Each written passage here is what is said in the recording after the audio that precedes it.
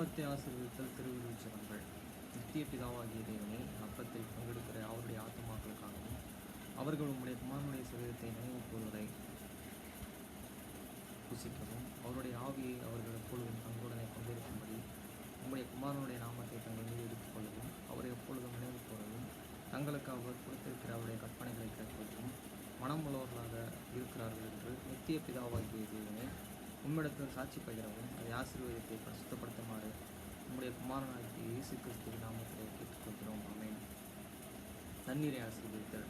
நித்திய பிதாவாகிய தேவனே, இந்த தண்ணீரை பானம் பண்ணுகிற அவருடைய ஆத்துமாக்களுக்காகவும் அவர்களுக்காக சிந்தப்பட்ட உங்கள் குமாரனுடைய இரத்தத்தை நினைவு கூறுவதை அவர்கள் இதை செய்யவும் அவருடைய ஆவியை அவர்கள் தங்களுடனே கொண்டிருக்கும்படி அவரை எப்பொழுதும் நினைவு கூறுவார்கள் என்று நித்திய பிதாவாகிய தேவனே, உம்மிடத்தில் அவர்கள் சாட்சி பகிரவும் அதை ஆசீர்வதித்து பரிசுத்தப்படுத்துமாறு உம்முடைய குமாரனாகிய இயேசு கிறிஸ்துவின் நாமத்தை வேண்டிக் கொள்கிறோம். ஆமென். Blessing of the bread sacrament prayer. O God, eternal Father, we ask thee in the name of thy Son, Jesus Christ, to bless and sanctify this bread to the souls of all those who partake of it, that they may eat in remembrance of the body of thy Son, and witness unto thee, O God, eternal Father, that they are willing to take upon them the name of thy Son, and always remember him, and keep these commandments which he has given, that they may always have spirit to be with them. Amen. Blessing on the water. O God, the eternal Father, we ask thee in the name of thy Son, Jesus Christ, to bless and sanctify this water to souls of all those who drink of it, that they may do it in remembrance of blood of thy Son, which was shed for them, that they may witness unto thee, O God, the eternal Father, that they do always remember him, that they may have spirit to be with them. Amen.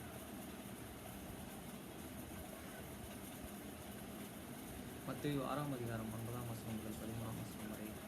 நீங்கள் ஜெபம் பண்ண வேண்டிய விதமாவது, பரமண்டலம் இருக்கிற எங்கள் பிதாவே, உம்முடைய நாமம் பரிசுத்தப்படுவதாக. After this manner therefore pray we, our Father which art in heaven, hallowed be thy name. வசனம் 10. உம்முடைய ராஜ்யம் வருவதாக, உம்முடைய சித்தம் பரமண்டலத்தில் செயல்படுவது போல பூமியிலும் செயல்படுவதாக. The kingdom come, thy will be done in earth as it is in heaven. வசனம் 11. எங்களுக்கு வேண்டிய ஆகாரத்தை இன்று எங்களுக்கு தாரும். Give us this day your daily bread. வசனம் 12. எங்கள் கடனாளிகளுக்கு நாங்கள் மன்னிப்பது போல எங்கள் கடன்களை எங்களுக்கு மன்னியும். And forgive us for debts as we forgive our debtors. வசனம் 13. எங்களை சோதனைக்கு உட்பட பண்ணாமல் தீங்கு எங்களை ரட்சித்துக்கொள்ளும். ராஜ்யம், வல்லமை, மகிமை என்றென்றைக்கும் உம்முடையவைகளே. ஆமென் என்பதே. And lead us not the temptations, but deliver us from the evil. For thine is the kingdom and the power and the glory forever. Amen.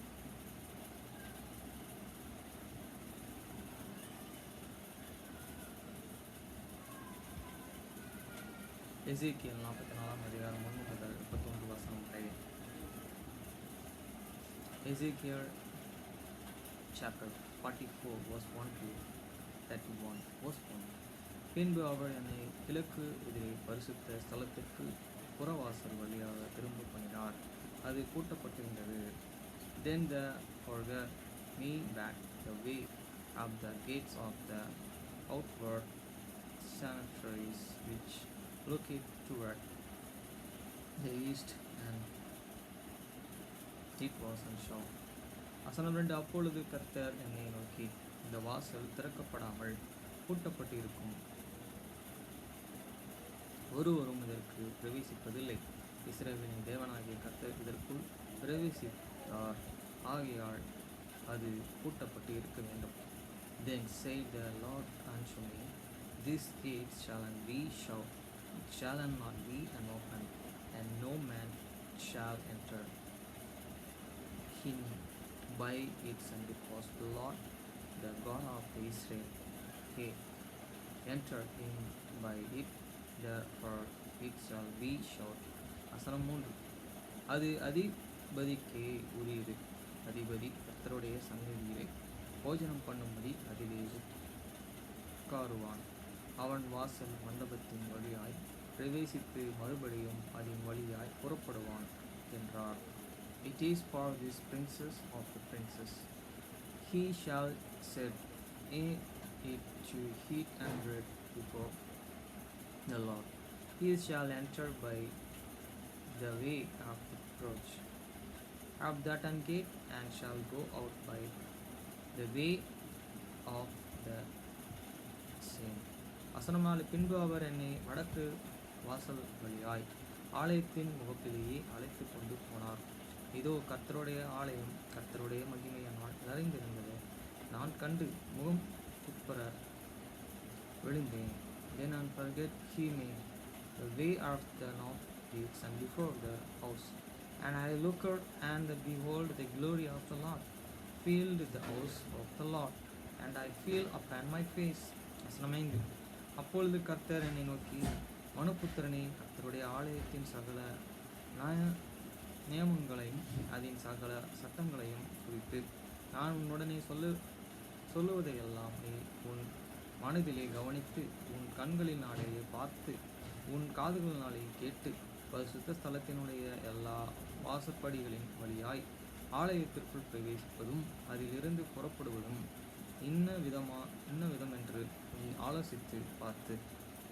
And the Lord said unto me, Son of man, make will and behold with thine house, and hear with thine ears shall that I shall unto thee, from trying all the ordinance of the house of the Lord, and all the laws thereof, and the mark were the entering in of the house, with every going forth of the sanctuary. வசனமாறு இஸ்ரவேல் வம்சத்தாராகிய கலகக்காரரோடு சொல்ல வேண்டியது என்னவென்றால், கர்த்தராகிய ஆண்டவர் உரைக்கிறார், இஸ்ரவேல் வம்சத்தாரை நீங்கள் செய்த சகல அருவருப்புகளும் போதும்.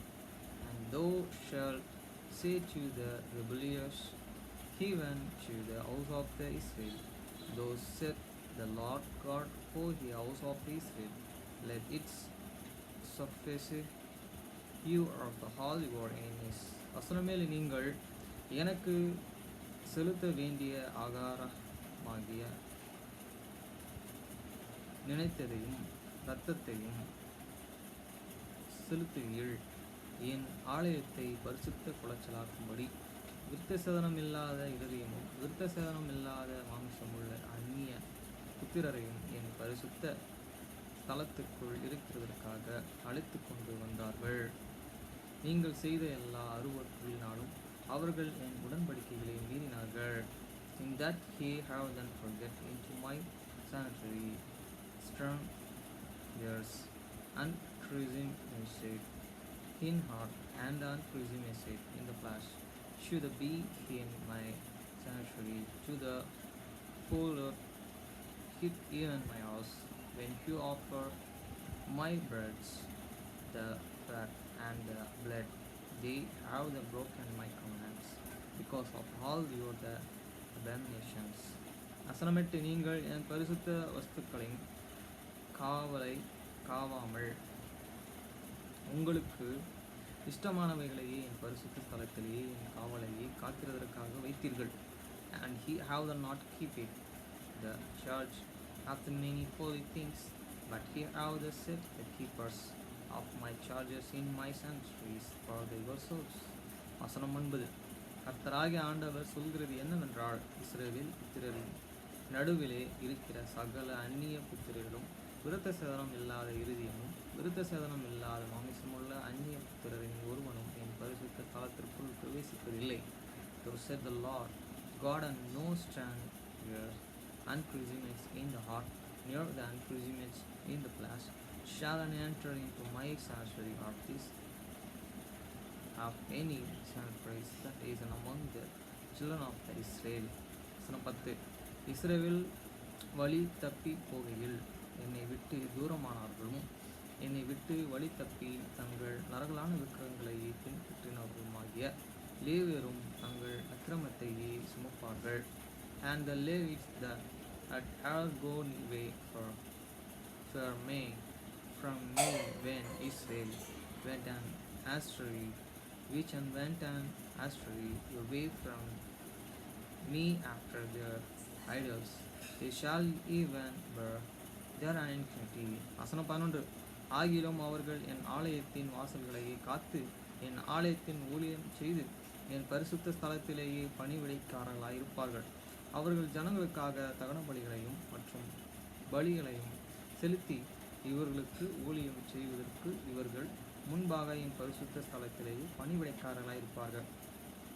They shall be ministers in my sanctuary, having charge at the gates of the house and ministering to this house. They shall slay the burnt offering and the sanctuary for the people, and they shall stand before them to the minister and to them.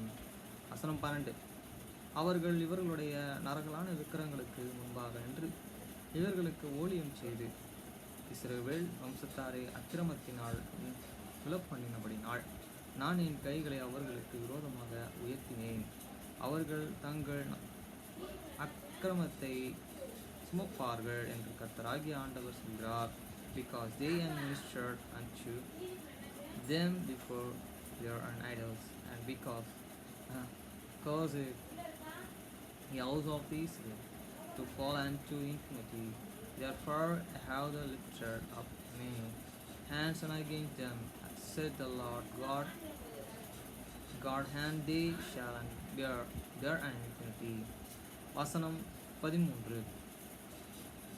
அவர்கள் எனக்கு ஆசாரியர்களாய் ஆராதனை செய்யும்படி என் சமீபத்திலே வராமல் மகா பரிசுத்தமான ஸ்தலத்திலேயே என் பரிசுத்த வஸ்துக்களை யாதொன்றையும் கிட்டாமல் இருக்க வேண்டும். அவர்கள் தங்கள் லட்சியையும் தங்கள் செய்த அருவருப்புகளையும் சுமக்க கடவர்கள். And they shall not come near unto me to do the office of the priest, unto me near to the come near to any of my holy things in the most holy place, but they shall bear their own shame and their own damnation which they have their committed. வசனம் 14. ஆலயத்தின் சகல வேலைக்காரரும் அதிலே செய்ய வேண்டிய எல்லாவற்றையும் நான் அவர்களை அதிலே காவலாக்கிறவர்களாய் இருக்க கட்டளையிடுவேன். But I will and make them keepers of the church, have this house for the service thereof, and for the hall that shall be undone therein. வசனம் 15. இஸ்ரவேல் புத்திரர்களே, என்னை விட்டு வழி தப்பி போகையில் என் பரிசுத்த ஸ்தலத்தின் காவலை காக்கிற செதேக்கியன் புத்திரராகிய லேவியரும் ஆசாரியர்களே, எனக்கு ஆராதனை செய்ய என் சமீபத்திலே சேர்ந்து நினைத்ததையும் இரத்தத்தையும் எனக்கு செலுத்த என் சந்நிதியிலே நிற்பவர்கள் என்று கர்த்தராகிய ஆண்டவர் சொல்கிறார். But the priest and the Levi, the sons of the Zadok, that keep it the charge of my sanctuaries, when the children of Israel went the astray from me, they shall come near to me, the ministers unto me, and they shall stand before me to offer unto me the fat and the blood, said the Lord God. வசனம் 16. இவர்கள் என் பரிசுத்த ஸ்தலத்திற்குள் பிரவேசிப்பார்கள். இவர்களே எனக்கு ஆராதனை செய்ய என் பீடத்தை கிட்டி வந்து என் காவலை காப்பார்கள். They shall enter into my ministry, and they shall come near to my table to the minister unto me, and they shall keep my church. வசனம் 17. உட்பிரகாரத்தின் வாசலுக்குள்ளே பிரவேசிக்க போது சணநூல் வஸ்திரங்களை உடுத்திக் கொள்ளுவர்களாக அவர்கள் உட்பிரகாரத்தின் வாசல்களிலும் உள்ளேயும் ஆராதனை செய்கையில் ஆட்டுமயிர் உடுப்பை தரிக்கலாகாது. And it shall come to pass that and when they enter in at the gates of the inner courts, they shall be clothed with linen garments, and no war shall come upon them whilst they minister in the gates of the inner courts and within. வசனம் 18. அவர்களுடைய தலைகளிலே சணல் நூல் உள்ளாக்களையும் அவர்களுடைய இடைகளிலே சணல் நூல் சல்லடங்களையும் தெரிக்க வேண்டும். இவைகள் உண்டாக்கத்தக்கதொன்றையும் அறையிலே காட்டலாகாது. They shall have the line beneath upon their hands, and they shall have the lines and brooches upon their lines. They shall not gird themselves with the things, and that and causeth speed. வசனம் 19. அவர்கள் வெளிப்பிரகாரமாக முறை புறம் மாற்றத்திலே ஜனங்களிடத்திலே போகும்போதும் அவர்கள் தங்கள் ஆராதனை செய்யும் சமயத்திலே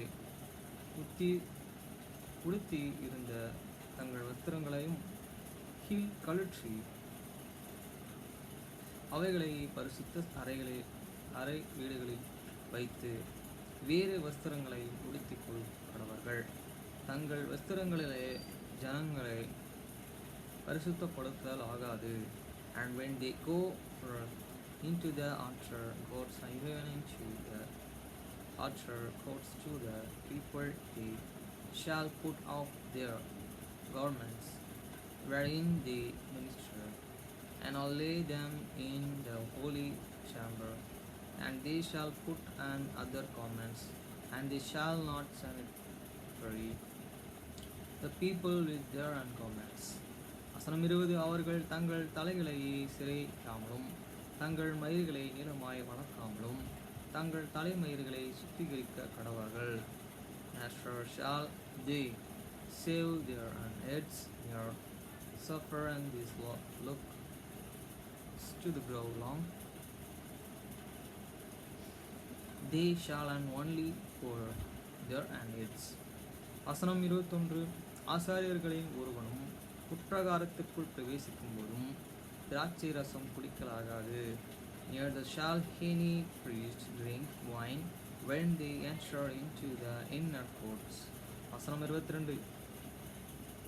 விதவையையும் தள்ளி விடப்பட்டவைகளையும் அவர்கள் விவாகம் பண்ணாமல் இஸ்ரவேல் வம்சத்தராகிய கன்னிகைகளாகியும் ஒரு ஆசாரியரின் மனைவியாயிருந்த விதவைகளாகிலும் விவாகம் பண்ணலாகாது. Neither shall they take for their wives as the widows near that is and put away, but they shall take maintenance of the seed of this also of Israel, are the widows that had a priest and before. வசனம் 23.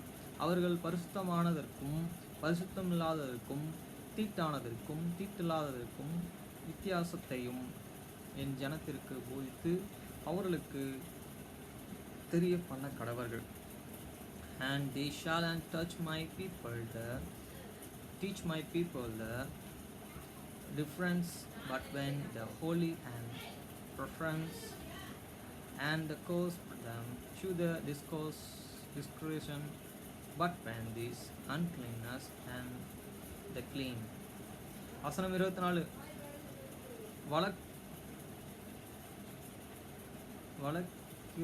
வழக்கிருந்தால் அவர்கள் நியாயத்திற்க ஆயத்தமாயிருந்து என் நியாயங்களின்படியே அதை தீர்த்து என்னுடைய பண்டிகைகளிலும் எல்லா என் நியாயப்பிரமாணத்தையும் என் கட்டளைகளையும் கைக்கொண்டு என் ஓய்வு நாள்களை பரிசுத்தமாக்க கடவர்கள்.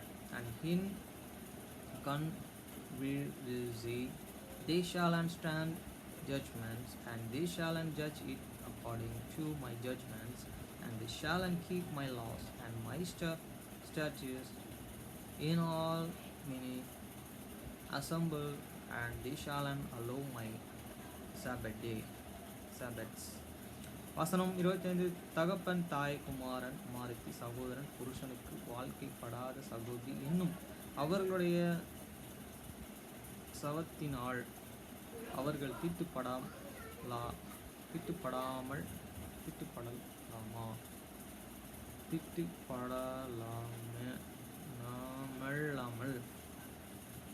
அவர்களில் ஒருவனும் செத்த ஒருவனிடத்தில் போய் தீட்டுப்படல் ஆகாது. And they shall come at no dead person to the defile themselves But for the father had the mother, or the for son, or for the daughters, for the brother, or for the sister, and yet had no husband, a many defiled themselves. வசனம் 26. அவன் சுத்திகரிக்கப்பட்ட பின்பு அவனுக்கு 7 நாள் எண்ணப்பட வேண்டும். And after he is clean, says, he shall unrock him, and shew him 7 days. வசனம் 27. அவன் பரிசுத்த ஸ்தலத்திலேயே ஆராதனை செய்யும்படி பரிசுத்த ஸ்தலம் இருக்கிற உட்பிரகாரத்திற்குள் பிரவேசிக்கிற நாளிலே அவன் தனக்காக பாவ நிவாரணம் பலியை செலுத்த கடவன் என்று கர்த்தராகிய ஆண்டவர் சொல்கிறார். And in the days that and get into the sanctuary and to the inner courts to the minister in the sanctuary, he shall and after his and sin offering, said the Lord God. வசனம் 28. அவர்களுக்குரிய சுதந்திரம் என்னவென்றால், நானே அவர்கள் சுதந்திரம் ஆகையால் இஸ்ரவேலிலே அவர்களுக்கு காணியாட்சியை கொடாதிருப்பீர்களாக. நானே அவர்கள் காணியாட்சி. And it shall be unto them for hand the inheritance, I am their inheritance, and he shall and give them after possession in Israel, I am their possession. வசனம் 29. போஜன பலிகளையும் பாவ நிவாரண பலிகளையும் குற்ற நிவாரண பலிகளையும் அவர்கள் புசிப்பார்களாக. இஸ்ரவேலிலே பொருத்தனை பண்ணப்பட்டதெல்லாம் அவர்களுடையதாக இருப்பதாக.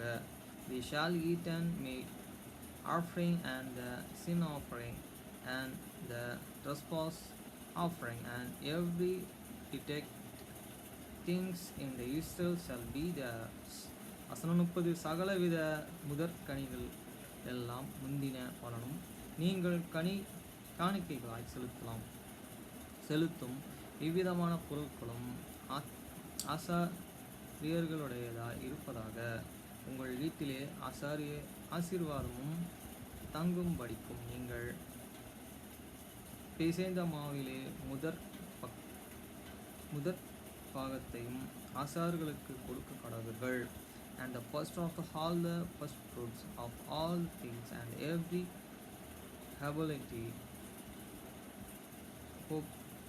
publication of all the every stir for your the oblation shall be the priest, as he shall and also give unto the priest the first of your the dugo, that he may cause the blessing to the rest in any house. வசனம் 31. பறவைகளிலும் மிருகங்களிலும் தானாய் செத்ததும் பீருண்டதுமான புசிக்கலாகாது ஒன்றையும் ஆசாரியர்கள் புசிக்கலாகாது. The priest shall not eat of the anything that isn't dead of the itself. Your throne water which be and flow are the best.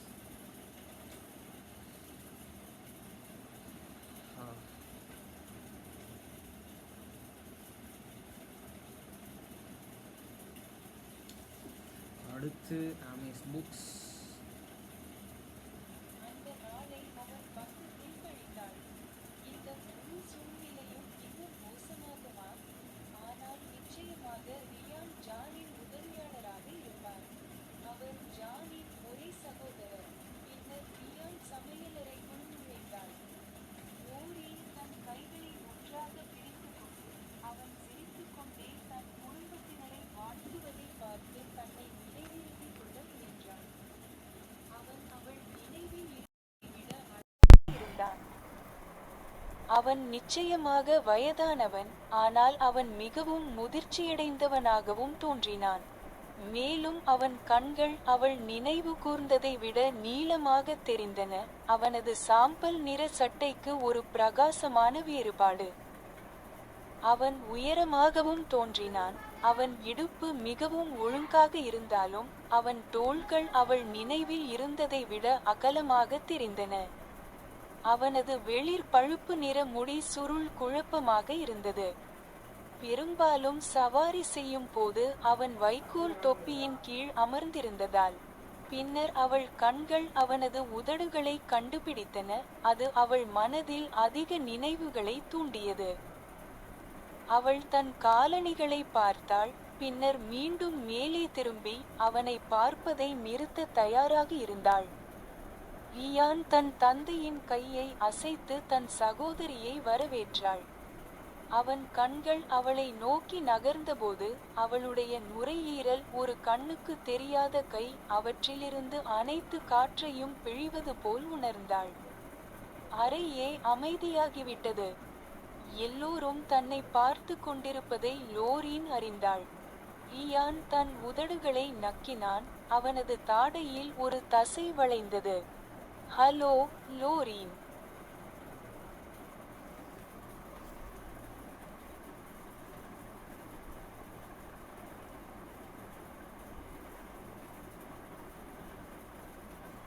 And spent the day at his side. Could this whole situation get any worse? But of course Ryan would be John's attendant. He was John's only brother. Then Ryan stepped into the kitchen. Lorraine clutched her hands together, trying to steady herself as she watched him smile and greet his family. He was even more handsome than in her memory. He was older, of course. But he also seemed more mature. And his eyes looked bluer than she recalled, a bright contrast to his grey shirt. He also seemed taller, and although his waist was just as trim, his shoulders looked broader than she remembered. His light brown hair was a curly mess, most likely from sitting under his straw hat during the ride over. Then her eyes found his lips, which shot more memories through her mind. She looked down at her shoes and then back up again, willing herself to stop staring at him. Ryan shook her father's hand and greeted her sister. When his eyes moved to her, her lungs felt as if an invisible hand was squeezing all the air out of them. The room fell silent, and Lorraine knew everyone was watching her. Ryan licked his lips, and a muscle flexed in his jaw. Hello, Lorraine.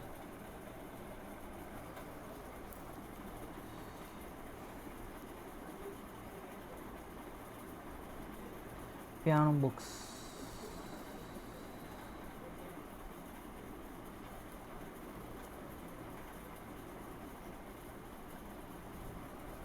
ரேபிள் cleft உட்பட குறிப்புகள் பொதுவாக நடுத்தர சீக்கு அப்பால் நீட்டாது, ஏனெனில் ஸ்டாப்பிற்கு கீழே உள்ள கண்ணுக்கு தெரியாத இடத்திற்குள் கீழ் குறிப்புகளை கண்டறிவது மேலும் மேலும் கடினமாகிறது.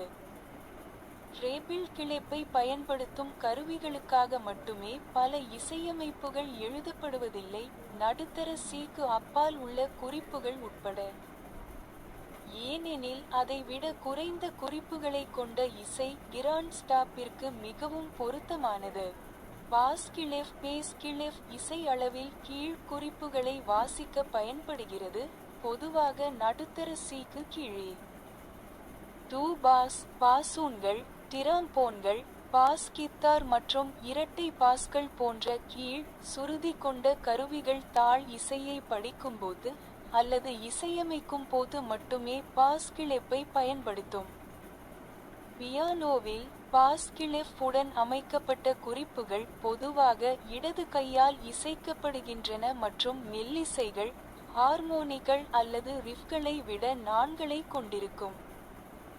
இது எப்போதும் அப்படி இல்லை என்றாலும், குறிப்பாக நீண்ட orchestra இசையமைப்புகளுடன்.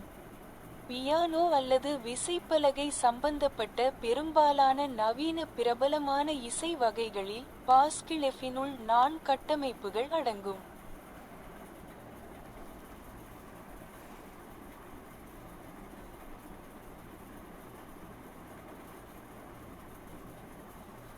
Include the treble clef.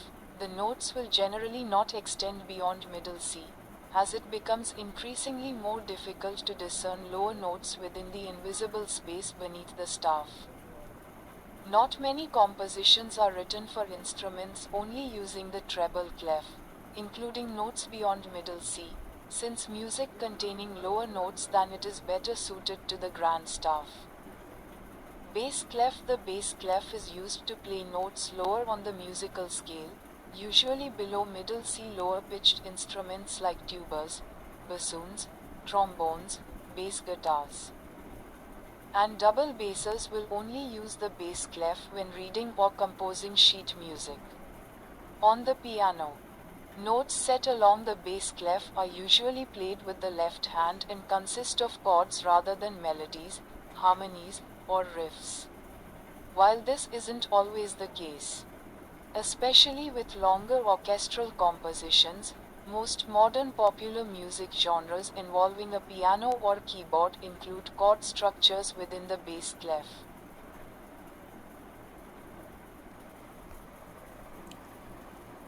அப்புறம் கான்சர்ட்லேருந்து 4 புக்கு ரிட்டன் கொடுத்துட்டு 4 புக்கு வாங்கி வந்திருக்கேன்.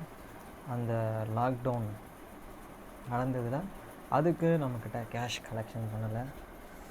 முன்றி எனக்கு ஏன்னா ஒரு புக்குக்கு ₹1 கணக்கு பண்ணி நம்ம அந்த 45 நாளாக இந்த நாளுக்கு கணக்கு பண்ணி கேஷ் கொடுக்கணும். நான் 45 நாள் வச்சுக்கல, 20 நாள் எதுவும் என்கிட்ட இருந்தது. 20 நாளும் இருந்தாலும் அந்த புக்ஸ் எல்லாம் ஃப்ரீயாகவே அவங்க ரிட்டன் வாங்கிக்கிறாங்க, காசு எதுவும் வாங்கலை.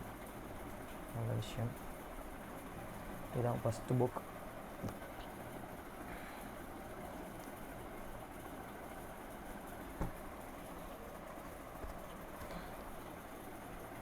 இது செகண்ட் புக்ஸ்.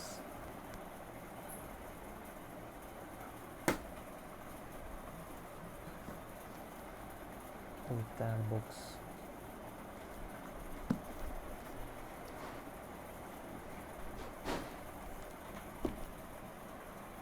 இது ஃபோர்த் புக்ஸ்.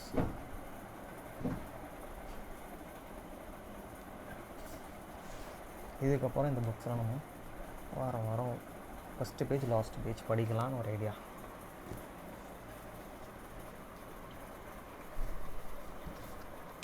தமிழில் தான். Okay friends.